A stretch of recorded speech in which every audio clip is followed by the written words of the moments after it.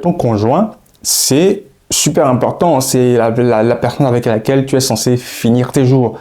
Et donc, tu ne peux pas, sur un simple coup de tête ou un simple effet de mode, te mettre avec n'importe qui. C'est un choix conscient, précis, prémédité qu'il faut faire. Je me connais, je sais très clairement me définir. En fait, je n'ai pas envie de me mettre non plus avec n'importe qui.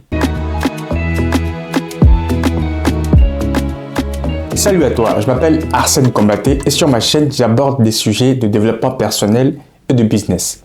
Cette vidéo va être purement mindset, va être purement développement personnel. Je vais te partager 4 conseils que je mets en pratique pour réussir dans ma vie, pour réussir autant sur le plan personnel que sur le plan financier. N'hésite donc pas à t'abonner à la chaîne si c'est des thématiques qui t'intéressent et à la partager dans ton entourage. Avant de commencer, petite astuce sur la diction. Si tu es souvent amené à prendre la parole devant un public, au travail, peu importe, avec tes amis, ou que tu fais des vidéos également comme moi, donc tu es amené à parler, et que on t'a peut-être parfois reproché de ne pas articuler certains mots comme moi je le fais, je me suis rendu compte dans plusieurs de mes vidéos qu'il y a parfois un bout de mot que j'avale. Donc en gros, je n'articule pas, je n'ai pas forcément conscience de ça. Et donc, c'est pendant que je suis en train de monter que je me rends compte que, ah tiens, je n'ai pas forcément articulé à cette partie ou à une autre partie. Donc, petite astuce. Maintenant, avant de commencer à tourner mes vidéos, eh bien, je prends un bout de crayon comme ça, ou un stylo, peu importe, en tout cas quelque chose de cette forme-là, que je mets dans la bouche. Et en fait, j'handicape ma bouche et je m'exerce à parler en prononçant des phrases compliquées du genre Jésus loge chez Jaché, loger Jésus. Ou encore, les chaussettes de l'archiduchesse sont sèches, archi-sèches. Donc là, tu as bien remarqué que je ne prononce pas forcément bien. Mais en tout cas, prononcer des phrases compliquées comme ça, avec un crayon dans la bouche, ça donne ça. Jésus loge chez Jaché loge Jésus. Les chaussettes de l'archiduchesse sont sèches, archi-sèches. Bon, ça, j'ai l'air un peu bête de faire ça, mais en tout cas, c'est un très bon exercice. Tu vois que là, je viens de le faire, j'ai prononcé seulement que 2 phrases et j'ai remarqué que en fait, l'articulation, la diction s'est littéralement améliorée juste après avoir fait cet exercice. Donc, c'est quelque chose que tu peux faire de façon quotidienne pour améliorer sur le long terme ta diction, mais c'est également quelque chose que tu peux faire juste avant une prise de parole. Donc là, ça fait depuis peu, avant de commencer une vidéo, eh bien je fais ce petit exercice pour améliorer la diction afin que mes vidéos soient le plus audibles possible, que je ne mâche pas les mots. C'était la rubrique astuces. Maintenant, on va passer au premier conseil que je mets en application, que je mets en œuvre pour réussir ma vie. Le premier de ces conseils, eh bien c'est que j'ai pleinement conscience qu'il y a un temps pour tout. Je pense que avant l'âge de 30 ans, avant d'avoir 30 ans, surtout si tu es un homme, tout le monde devrait travailler sur sa personne, sur sa confiance en soi, sur son estime de soi, sur l'élévation de soi, sur l'apprentissage de compétences. Il faut absolument que dans la tranche de 20 à 30 ans, tu puisses axer ton énergie, ton temps à acquérir des compétences, à te développer personnellement. La deuxième chose qu'il faudrait faire avant d'avoir 30 ans, eh bien, c'est d'axer également ton énergie et ton temps sur la recherche, sur la quête de l'argent. Il faudrait que tu puisses trouver toutes les idées qui vont te rapporter, les idées de business, que ce soit en ligne ou physique, qui vont te rapporter de l'argent. Il faudrait que tu axes ton temps, que tu sois focus sur la recherche de l'argent, sur comment gagner de l'argent. C'est pas pour rien qu'aujourd'hui, quand tu vas sur YouTube, tu tapes la niche gagner de l'argent.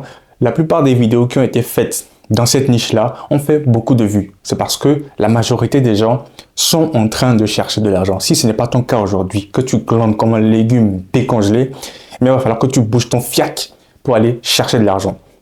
Donc, focus énorme à faire dans la tranche 20 à 30 ans. C'est super important. L'argent est aujourd'hui le nerf de la guerre. Je le dis, mais tu le sais déjà, c'est juste une piqûre de rappel. Il faut aller chercher de l'argent. Pour que tu naisses, il a fallu de l'argent. Le jour où tu vas mourir, il va falloir de l'argent. Donc, l'argent est super important. Il ne faut pas se voiler la face par rapport à ça. C'est super important. Toutes les personnes qui disent que l'argent ne fait pas le bonheur ou qu'on n'a pas besoin d'argent pour vivre, laisse-les dans leur coin, laisse-les à réfléchir comme ça parce qu'en fait, c'est une croyance limitante. C'est une croyance limitante. Elles croient, en fait, elles ont cette croyance limitante-là. Elles pensent ainsi et donc elles ne feront pas l'effort pour aller vers l'argent, pour aller chercher l'argent. Donc, il faut que tu brises cette croyance-là si c'est le cas pour toi, pour aller vers l'argent parce que tu sais, et même au-delà de le savoir, il est prouvé que l'argent est important. Et donc, il faut axer tes efforts sur la quête de l'argent. Je ne parle pas d'un simple salaire qui va te rapporter la même chose tous les mois. Je te parle d'un revenu passif, de quelque chose que tu vas mettre en place, qui va s'engranger et qui va te rapporter en plus de ton salaire une deuxième source de revenus, un autre revenu, un deuxième, un troisième, un quatrième, ainsi de suite. C'est super important de savoir que pendant ce temps-là, cette tranche d'âge de 20 à 30 ans, il faut axer ses efforts et son temps sur la recherche de l'argent. Pendant cette tranche d'âge aussi, il faut que tu axes tes efforts et ton temps sur l'entretien de ton corps. C'est super important. Tu le sais certainement. Deuxième piqûre de rappel. Ton corps est super important. C'est lui qui subit tous les désastres que tu le fais subir. Donc, il faut que tu prennes soin de lui. Il faut que tu l'entretiennes au travers de ta nutrition, au travers de l'entretien de lui-même. Donc, en faisant régulièrement une activité sportive, il faut également que tu apprennes à te reposer, que tu te reposes. C'est super important. Parce qu'en fait, c'est une période dans laquelle, donc de la période de 20 à 30 ans, c'est une période dans laquelle tu dépenses le plus d'énergie. Tu es confronté aux réalités de la vie, à la dure réalité de la vie, parce que c'est une période dans laquelle tu es étudiant, ensuite tu finis tes études et tu passes dans la vie active. Donc tu es confronté aux dures réalités de la vie. Et si tu ne prends pas soin de ton organisme, si tu ne prends pas soin de ton corps, eh bien tu risques de le regretter longtemps après. Donc les mauvaises habitudes alimentaires, les fast-food, les sucreries, tout ça, il va falloir que tu fasses soit super attention, soit que tu refuses totalement. Moi, dans mon cas, eh bien, les personnes qui me connaissent et au boulot, c'est pareil, savent très bien qu'il ne faut pas me proposer du chocolat, des moments ou quoi que ce soit. C'est gravé dans le marbre, c'est gravé dans ma tête. En principe, c'est non. C'est non. Pour ne pas me donner le choix de réfléchir si j'accepte de prendre du chocolat, un gâteau ou quoi que ce soit, c'est non. Maintenant, je sais très bien qu'il faut pouvoir concilier les décisions personnelles que je prends pour m'améliorer en tant que personne et la vie sociale que je suis obligé de mener. Donc, en fonction des circonstances, je peux parfois accepter de prendre un gâteau, de prendre un bonbon, mais c'est extrêmement rarement. C'est extrêmement rarement. Les personnes qui me connaissent le savent très bien. Les sucreries, les fast-food, tout ça, c'est niet, sauf cas strictement exceptionnel. Donc, c'est super important que pendant cette tranche d'âge-là, que tu saches il faut que tu sois focus sur le développement de toi. Il faut que tu sois focus sur la recherche, sur la quête perpétuelle de l'argent. Quand je dis argent, il ne s'agit pas simplement d'un salaire, mais c'est bien au-delà d'une source, de 2 sources, de 3 sources de revenus que tu gagnes de façon passive. C'est dans cette période-là qu'il faut que tu prennes des décisions difficiles, car se refuser le sucre, se refuser les fast-food, tout ça en fait ce sont des plaisirs instantanés, immédiats. Il faut que tu dises non à ça maintenant, même si ça peut parfois t'irriter. Il faut que tu dises non à ça maintenant pour préserver ta santé, pour avoir dans quelques années, dans 10, 15, 20 ans, une meilleure santé afin de mieux profiter de la vie. Ça ne veut pas dire que une fois que tu auras atteint une certaine richesse, une certaine réussite, tu vas pouvoir maintenant ingurgiter tous les gâteaux du monde. Non, de toute façon, pendant ces années de privation, tu auras pris l'habitude et tout ça, en fait, ça ne te concernera tout simplement plus. Tu auras une meilleure santé, tu auras une plus longue vie. C'est de ça dont il s'agit. Donc, dans la tranche de 20 à 30 ans, c'est vraiment la tranche dans laquelle il faut être focus. Peut-être ça peut aller un peu plus, ça peut aller jusqu'à 35 ans, mais il faut vraiment être focus pendant cette tranche d'âge-là. Et moi, j'en ai pris conscience et j'applique rigoureusement, strictement. Parfois, il peut, en fonction des circonstances, je reviendrai tout à l'heure à ça, avoir quelques écarts, mais au moins, tant que tu es dans le droit chemin, c'est le plus important. On va passer à la deuxième chose dont j'ai pris conscience, que j'applique dans ma vie pour réussir. Eh bien, c'est le fait que j'évite les relations toxiques. Tu connais certainement l'adage qui dit qu'il vaut mieux être seul que mal accompagné. Eh bien, c'est quelque chose qui, en ce moment, m'arrive mais à plein fouet et j'assume complètement d'être dans cette solitude-là, de vivre cet état de solitude. Dans la quête de devenir la meilleure version de moi, en fait, il y a pas mal de gens dans mon entourage qui sont dans une certaine incompréhension de ce que je fais. Mais bon, c'est pas une raison pour moi faiblir de mon côté. Je persévère dans la quête de devenir la meilleure version de moi. Car je sais très bien qu'un jour, en fait, aujourd'hui, certaines personnes peuvent prendre leur distance vis-à-vis de moi ou que moi, je prenne mes distances vis-à-vis de ces personnes-là parce que je sais que, en fait, on n'a pas des sujets, des centres d'intérêt communs. Et donc, je sais très bien que je prends des décisions difficiles aujourd'hui et que demain, en fait, quand j'aurai une vie plus facile, en fait, c'est tout le monde entier qui me courira derrière. J'en suis absolument convaincu. Et pour aller plus loin, il faut savoir également que le choix de ton partenaire, que tu sois une femme ou que tu sois un homme, est super important. Aujourd'hui, je n'ai pas honte de le dire, je suis célibataire depuis de longues années. J'assume d'être seul. Je n'ai pas envie, comme beaucoup de gens, comme la plupart des gens, de me mettre en couple par effet de mode ou parce que je me sens tout simplement seul. Ça n'a aucun intérêt. Ce n'est pas comme ça que moi je vois les choses. Je ne sais pas comment est-ce que toi tu vois les choses, mais moi c'est pas comme ça que je vois les choses. Je ne me mets pas en couple parce que les gens le font ou parce que mon entourage est en couple. J'assume ça. En fait, ça me permet d'assumer également ma solitude parce que je travaille sur moi. Je suis en train d'apprendre et j'apprends de plus en plus à m'aimer, à aimer ce que je fais, à aimer ce que je sais faire. Et très honnêtement, je ne me sens pas du tout seul. Techniquement, oui, je suis seul. Mais intérieurement, psychologiquement, je ne me sens pas seul. Je suis tellement débordé par les activités que je fais, par mon travail salarial, par l'entretien de ma chaîne YouTube, faire des vidéos, créer des vidéos et plein d'autres choses, les business que je lance à côté, que je ne sens pas en fait le manque d'une personne. Je ne suis pas en manque d'affection dans une relation amoureuse. Donc je suis célibataire depuis de longues années. Ça, je n'ai pas honte de le dire. J'ai élevé mon degré d'exigence, étant donné que je me connais, je sais très clairement me définir. En fait, je n'ai pas envie de me mettre non plus avec n'importe qui. Je me connais, je sais que je suis prêt à accepter telle ou telle personne et donc j'ai des exigences, j'ai un certain degré d'exigence envers la personne avec qui j'ai envie de me mettre. Donc ça, c'est un gros filtre. Je fais un gros filtre parce que en fait, ton conjoint, c'est super important. C'est la personne avec laquelle tu es censé finir tes jours. Et donc, tu ne peux pas, sur un simple coup de tête ou un simple effet de mode, te mettre avec n'importe qui. C'est un choix conscient, précis, prémédité qu'il faut faire. Alors, après, les gens sont changeants. Je ne suis pas dans cette partie-là. Mais en fait, au moment du choix, il faut savoir faire un choix tout simplement. Il ne faut donc pas que tu lésines sur le choix de ton partenaire. C'est super important.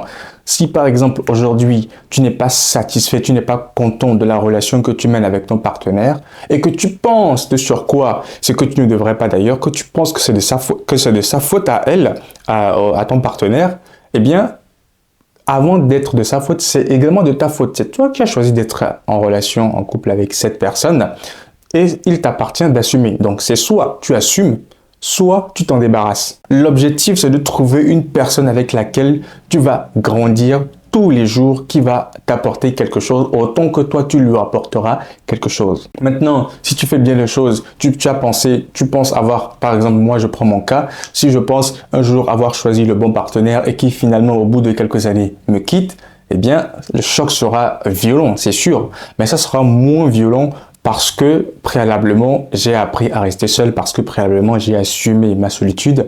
Voilà, donc le fait que ce soit violent n'empêche pas que je puisse me recentrer sur moi-même, puisque de toute façon, eh bien, j'aime déjà ma personne, j'aime déjà ce que je suis, j'aime déjà ce que je fais. Je n'ai pas forcément, je ne ressens pas, comme je viens de le dire, je ne ressens pas la nécessité d'être avec quelqu'un. Je ne ressens pas la nécessité d'être avec quelqu'un. Donc, si la personne se présente et que tout est bien, ok. Le jour où elle partira, si elle part, eh bien, je reviens sur moi-même puisque, voilà, je suis mon propre centre d'intérêt puisque j'ai travaillé sur moi-même pendant de longues années. C'est comme ça que ça fonctionne. Donc, la relation avec ton partenaire peut s'avérer être toxique. Il en est de même avec les relations que tu peux avoir, les relations amicales. Il faut tout simplement savoir s'en débarrasser. Il faut tout simplement savoir s'en débarrasser. Si tu es dans une logique de développement personnel et que, ton entourage ne te suit pas, en fait, c'est soit tu la gardes à côté, mais tu persévères dans ce que tu fais, en espérant ou en tout cas avec la possibilité que ces personnes-là te rejoignent. Mais le plus compliqué, en fait, ce serait de ne pas être tiré vers le bas par ces personnes-là qui sont dans des habitudes que toi, tu n'as pas envie d'adopter. Donc, d'où l'intérêt parfois de prendre vraiment sur soi, de prendre la décision. C'est pas une décision facile, mais de t'en extirper, de faire fi de ces personnes-là, de tout simplement te dire, ok, moi, voici ma vision des choses, je préfère aller dans ce sens-là, tu l'assumes complètement, tu y vas tout seul. La troisième chose que j'ai apprise,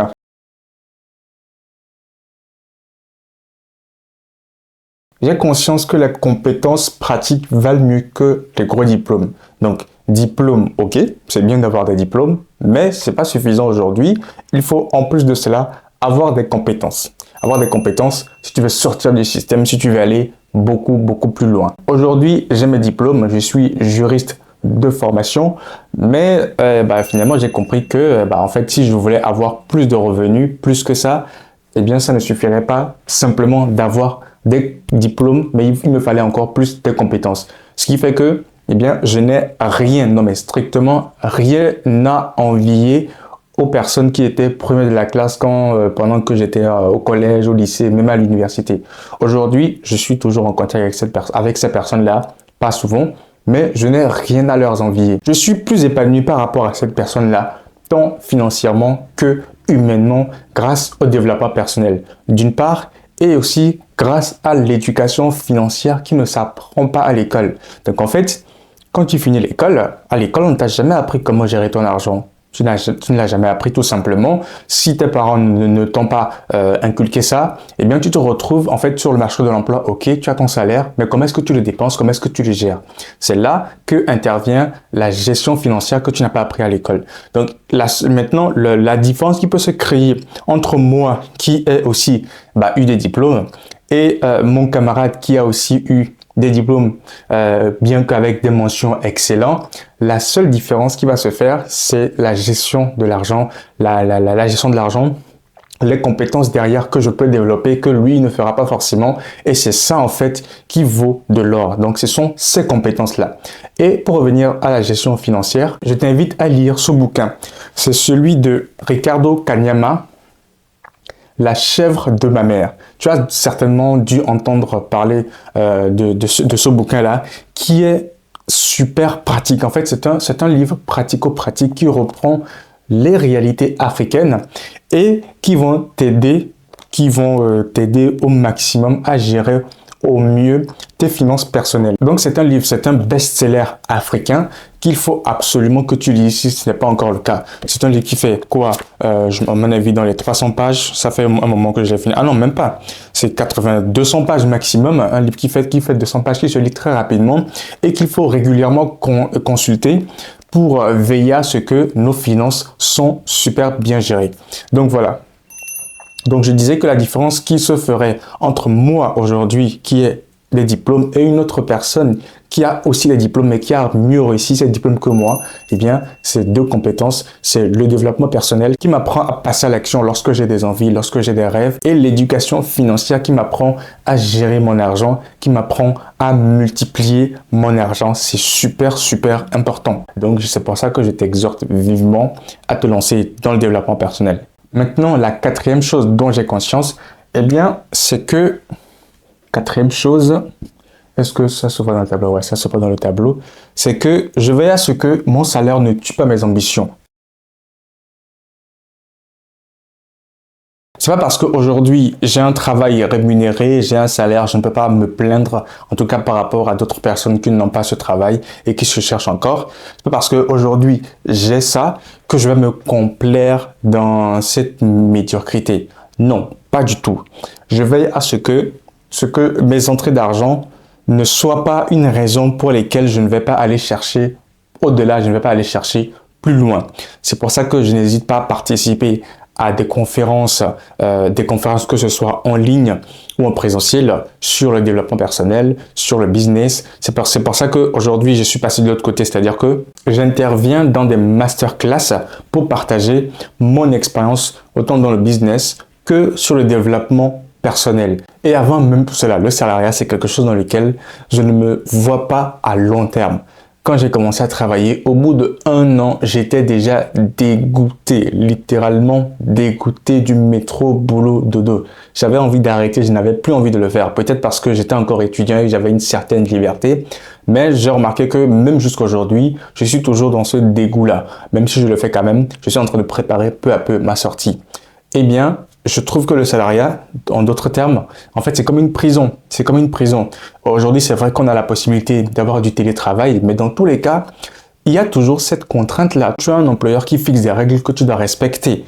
Donc, tu dois aller au boulot le matin. Tu dois te lever très tôt le matin à 6 heures, aller au boulot, rentrer le soir, du lundi au vendredi. Si ce n'est pas un travail qui va te permettre d'être sur le terrain, eh bien, tu es tout le temps derrière ton ordinateur en train de pianoter sur le clavier. Tu vas devoir faire ça pendant 40 ans avant de partir à la retraite et va savoir si tu vas avoir une retraite intéressante.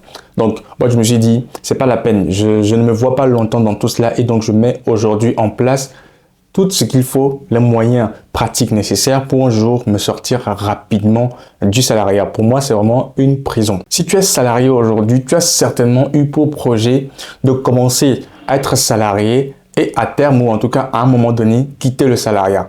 Le problème de la majorité des gens, c'est que ils se laissent bercer, ces personnes se laissent bercer par le salariat, par les avantages du salariat. Alors, j'ai beau dire que le salariat, c'est ceci, cela, mais tu as quelques avantages, quelques pseudo-avantages. Enfin, pour moi, oui, c'est bien, mais c'est pas ça, quoi. C'est pas parce que telle entreprise a un bon CSE, telle entreprise fournit des cartes tickets resto, telle entreprise favorise, je sais pas, les femmes plus que les hommes. Pour moi, c'est du blablabla, c'est du blablatage. Donc, ce ne sont pas pour moi des raisons pour demeurer dans le salariat. Par contre, pour la majorité des gens se laissent bercer par ces avantages-là, ces avantages entre guillemets-là, et perdurent dans le salariat. À un moment donné, en fait, c'est des gens que tu entends dire « Ah oui, on va faire ça, on va faire ça », mais quand il faut concrètement passer à l'action, mettre en place des actions nécessaires aujourd'hui pour demain se sortir, ces personnes-là manquent à l'appel. Voici ce que je voulais te partager, ce que je tenais à te partager dans cette vidéo. Donc, tu as découvert 4 conseils que je mets en application, 4 conseils que je mets en route, en œuvre pour un jour réussir. Donc, je résume très rapidement. C'est que j'ai bien pleinement conscience qu'il y a un temps pour tout et que le temps qui m'est imparti maintenant, eh bien, je fais ce qu'il faut. Ensuite, j'évite les relations toxiques. Je me suis largement étendu sur le sujet. Et enfin, avant de finir, j'ai pleinement conscience que les diplômes c'est bien, mais les compétences c'est encore mieux. Et pour finir, en fait, je sais très bien que le salariat ne me rendra pas riche et donc je ne fais tout pour ne pas que le salariat tue mes ambitions parce que j'ai envie de devenir riche. Pour l'instant, je suis riche dans la tête, bientôt je serai riche matériellement. Et donc, je fais en sorte d'éviter que le salaire que je reçois tous les mois, eh bien, vienne annihiler, en fait, mes ambitions, tout simplement. J'espère que tu as appris quelque chose dans cette vidéo. J'espère que tu mettras en œuvre certains conseils pour toi aussi progresser. Je ferai une deuxième vidéo dans laquelle je te partagerai 4 autres conseils que j'applique également parce qu'il n'y a pas que ça, hein, voilà, si tu te doutes bien que il n'y a pas que ça et même les 4 autres conseils ça fera en tout 8 mais il n'y a pas que ça, il y a tellement de choses qu'il faut faire pour s'enrichir, pour réussir sa vie que je peux pas tout dire non plus. Donc je t'invite à t'abonner si ce n'est pas encore le cas. Je te retrouve dans la prochaine vidéo avec 4 autres conseils pour réussir. À très bientôt, allez, ciao.